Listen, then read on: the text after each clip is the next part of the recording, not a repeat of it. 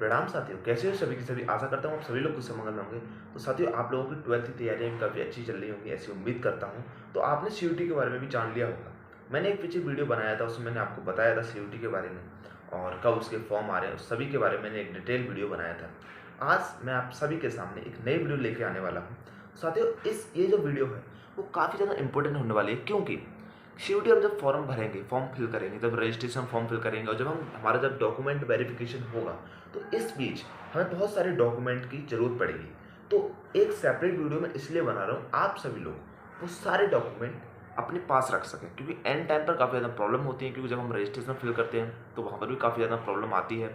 उसके बाद हमारा जब कॉलेज हमें अलॉट हो जाता है, उस कॉलेज अलॉट होने के बाद डॉक्यूमेंट वेरिफिकेशन होता है, तो वहाँ पर भी काफ़ी ज़्यादा डॉक्यूमेंट की ज़रूरत पड़ती है। तो आप लोगों को ऐसी कोई प्रॉब्लम ना आए, तो इसलिए मैं एक सेपरेट वीडियो बना रहा हूँ, जिसमें आप सभी लोगों को सभी डॉक्यूमेंट के बारे में मैं आज क्लियर कर दूंगा कि कौन से डॉक्यूमेंट हमें ज़रूरत पड़ने वाली है। तो साथियों, आपका ये सफ़र जो है वो काफ़ी अच्छा होने वाला है। तो सबसे पहले आप रजिस्ट्रेशन करोगे सीयूटी के लिए, तो रजिस्ट्रेशन के लिए आपको कुछ डॉक्यूमेंट की ज़रूरत पड़ती है। जैसे कि आपको सबसे पहले आधार कार्ड, आपको एक आधार कार्ड की ज़रूरत पड़ेगी। और आधार कार्ड में अगर कोई प्रॉब्लम है, वैसे कोई प्रॉब्लम तो नहीं होने वाली है, क्योंकि आपका जो 10th और 12th का जो मार्कशीट होगा, ठीक है, तो उस पर भी जो डिटेल होंगी वो आधार कार्ड के हिसाब से होंगी। तो अगर कुछ प्रॉब्लम है तो वो आप अभी सही करा लेना। एक आपको आधार कार्ड की ज़रूरत पड़ेगी। उसके साथ साथ आप जब रजिस्ट्रेशन करते हो तो आपको 10th की मार्कशीट भी जो 10th की जो मार्कशीट है उसकी ज़रूरत पड़ेगी। और आप किसी भी बोर्ड से हो वो चलती है उसमें, ठीक है। और उसके साथ साथ आपको 12th की जो मार्कशीट है वो भी ज़रूरत पड़ेगी। और अगर आपका 12th का जो रिज़ल्ट है वो जब आपका रजिस्ट्रेशन होंगे तब तक आपका 12th का रिजल्ट नहीं आया होगा, ठीक है। तो उसमें जब रजिस्टर करोगे तब वहाँ पर नहीं लगेगी। लेकिन जब वेरिफिकेशन होता है, जब आपको कॉलेज अलॉट हो जाएगा, कॉलेज मिल जाएगा दिल्ली यूनिवर्सिटी या किसी भी कॉलेज में, ठीक है। मैं आपको दिल्ली यूनिवर्सिटी के बारे में बताता हूँ। तो दिल्ली यूनिवर्सिटी में जब कॉलेज अलॉट हो जाता है तो ये सारी जो 10th और 12th की मार्कशीट है ये उसमें लगाई जाती है। उसके साथ साथ आपको सबसे इम्पोर्टेंट है, और यहाँ पर काफ़ी ज़्यादा प्रॉब्लम आती है और मुझे भी ये प्रॉब्लम आई थी, कास्ट सर्टिफिकेट। अगर आप जनरल से हो तो आपको कास्ट सर्टिफिकेट की ज़रूरत नहीं पड़ती है। और अगर आप ओबीसी, एससी, एसटी, ईडब्ल्यूएस से अगर हो, इन कैटेगरी से आते हो, तो आप कास्ट सर्टिफिकेट की ज़रूरत पड़ने वाली है। और साथ ही में आपको एक बात बता देता हूँ जो कि काफ़ी ज़्यादा इंपॉर्टेंट है। आप अभी 31 मार्च के बाद, ठीक है, 31 मार्च, अभी जो नया 31 मार्च के बाद का आप कास्ट सर्टिफिकेट बनवा लीजिए। मतलब कि आज अभी आप बनवाने डाल दीजिए, कुछ दिनों में आ जाएगा।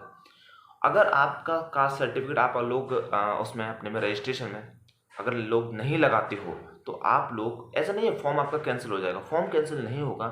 आपका जब अलॉटमेंट होगा, कॉलेज जब मिलेगा, तो जनरल कैटेगरी के हिसाब से आपको कॉलेज मिलेगा। और जनरल कैटेगरी की जो कट ऑफ है वो काफ़ी ज़्यादा हाई जाती है, ये सब आप लोग जानते हो। तो आप लोग अपना नया बिल्कुल रिन्यू, अगर आपका कास्ट सर्टिफिकेट बना हुआ है ऑलरेडी, ठीक है, तो आपको उसको रिन्यू करा लो, अपने तहसील में जाके उसको रिन्यू करा सकते हो।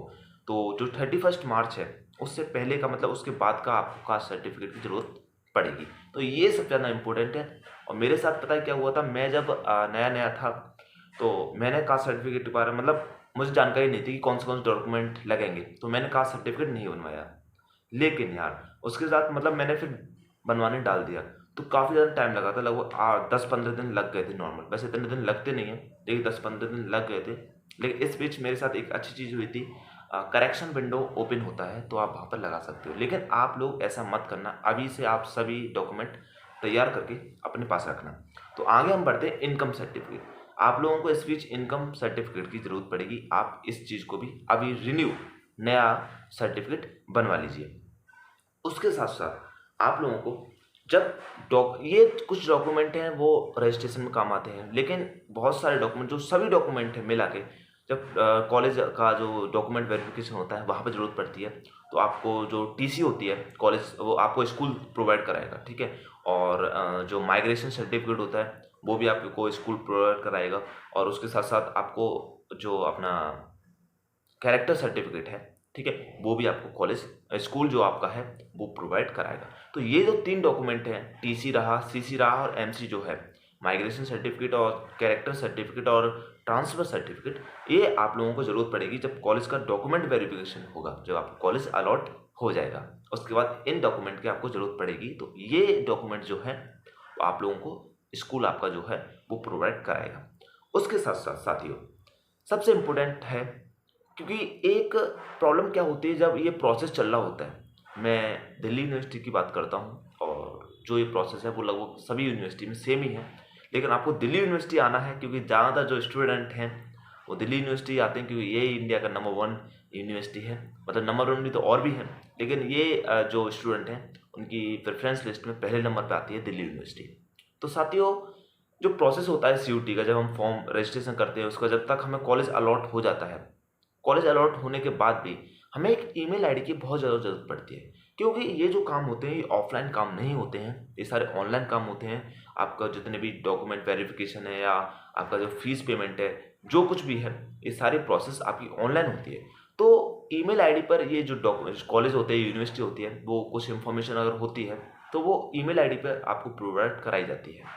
तो आप लोग एक सेपरेट अपना खुद का एक ईमेल आईडी क्रिएट कर लीजिए, ठीक है। क्योंकि और पुराना अगर कोई ईमेल आईडी है तो यार वहाँ पे काफ़ी ज़्यादा पहले से ईमेल वगैरह डले होते हैं, तो काफ़ी ज़्यादा हमें ईमेल जो न्यू ईमेल आते हैं वो देखने को नहीं मिलते हैं। या आपकी मम्मी का या पापा का ईमेल आईडी आप यूज़ करते हो तो ऐसा ना करें, आप अपना एक खुद का सेपरेट एक ईमेल आईडी बना लें और उसी को रजिस्ट्रेशन जब आप करेंगे उसमें लिंक करा दें, ठीक है। उसके साथ साथ आपका एक खुद का फ़ोन नंबर होना चाहिए। अगर आपका घर का फ़ोन नंबर है, किसी मम्मी पापा का फ़ोन नंबर है, तो अगर मम्मी पापा मतलब यूनिवर्सिटी से आपको कॉल आता है, ठीक है, कुछ मतलब आपके डॉक्यूमेंट कुछ प्रॉब्लम है या कुछ भी, अगर आपको इन्फॉर्मेशन उनको देनी है तो वो आपको देंगे। अगर आपके मम्मी पापा का नंबर लगाओगे आप लोग तो उनका ऑब्वियसली मतलब अगर वो बाहर है तो आपसे बात नहीं करा पाएंगे, इसलिए आप अपना एक खुद का नंबर ले लीजिए और उस नंबर को ही जब आप रजिस्ट्रेशन करें तो उसमें लगाएं, ठीक है। उसके साथ साथ आप सभी लोग एक अपना बैंक अकाउंट खुलवा लें, क्योंकि जब आप रजिस्ट्रेशन करते हैं और जब आपका पेमेंट वगैरह करते हैं तो आप अपने अकाउंट से पेमेंट कराएं। उसके बाद अगर आपको विड्रॉल करना है, मतलब अपना एडमिशन, आपको मान लो 2 यूनिवर्सिटी में नंबर आ गया, आपका ड्यू में भी नंबर आ गया, बीएचयू में भी नंबर आ गया, या फिर कोई स्टेट यूनिवर्सिटी है, मान लो यूपी में लखनऊ यूनिवर्सिटी है या फिर इलाहाबाद यूनिवर्सिटी है, उनमें भी नंबर आ गया और आप मान लो ड्यू नहीं जाना चाहते हो, बीएचयू नहीं जाना चाहते हो, लेकिन आपका वहाँ पर भी नंबर आ गया है और आपने पेमेंट भी कर दिया है, तो आपको इस बीच आप अपना जो पेमेंट दिया है आपको आपने, वो आप पेमेंट अपना विड्रॉल भी करा सकते हो। तो अगर आपका एक बैंक अकाउंट होगा तो आप उसमें बैंक जो अपना अमाउंट है वो विड्रॉल करा सकते हो। तो साथियों ये सारे डॉक्यूमेंट जो हैं वो आप सब, इतने डॉक्यूमेंट की ज़रूरत पड़ेगी, इससे ज़्यादा किसी डॉक्यूमेंट की ज़रूरत नहीं पड़ेगी और इन सभी डॉक्यूमेंट को आप अपने पास रखिएगा। इनमें से कुछ डॉक्यूमेंट जो हैं वो रजिस्ट्रेशन के काम में आएंगे जब आप रजिस्ट्रेशन करोगे सीयूटी के लिए, और कुछ डॉक्यूमेंट जो हैं वो आपके जब आप लोग जब कॉलेज मिल जाएगा, जब कॉलेज का डॉक्यूमेंट वेरिफिकेशन होगा तो उस बीच काम आने वाले हैं। लेकिन ये 8 10 11 डॉक्यूमेंट जो हैं ये सभी आपके पास होने चाहिए। और बस इसी वीडियो को यहीं पर करता हूँ एंड, और आपका जो सफ़र है स्कूल से यूनिवर्सिटी तक, दिल्ली यूनिवर्सिटी तक, वो आपका भाई पूरी आपकी हेल्प करेगा, आपको यहाँ तक पहुँचाएगा। और आप लोग ये सभी डॉक्यूमेंट अपने पास रखिएगा और अगर किसी डॉक्यूमेंट में कुछ प्रॉब्लम है, कुछ मतलब कि ठीक कराना है, करेक्शन कराना है, तो वो आप अभी इसी बीच करा सकते हो, ठीक है। धन्यवाद दोस्तों, इस वीडियो को करते हैं यहीं पर एंड, और वीडियो को यार लाइक जरूर करना, ठीक है। और अपने सभी जो दोस्त हैं आपके सीयूटी के, इस साल आपको सीयूटी देंगे, उन सभी को इस वीडियो को शेयर कर देना और चैनल को ज़रूर सब्सक्राइब करना और बेल आइकन बटन जरूर दबा देना, क्योंकि जो नोटिफिकेशन आएंगे वो आपको सबसे पहले मिल सकें, ठीक है। और मैं खुद एक दिल्ली यूनिवर्सिटी का पार्ट हूँ तो मैं आपको अच्छे से गाइड कर सकता हूँ। तो मिलते हैं नेक्स्ट वीडियो में, तब तक के लिए बाय बाय, टेक केयर। और अपने जो 12th के जो एग्ज़ाम है वो काफ़ी अच्छे से दीजिए, तैयारी कीजिए। अभी एप्लीकेशन फॉर्म नहीं आए हैं कि सीयूटी के, तो जब आएंगे तब आपको मेरी वीडियो के द्वारा पता चल जाएगा। तब तक आप अपनी 12th की अच्छे से तैयारी कीजिए। बाय बाय, धन्यवाद।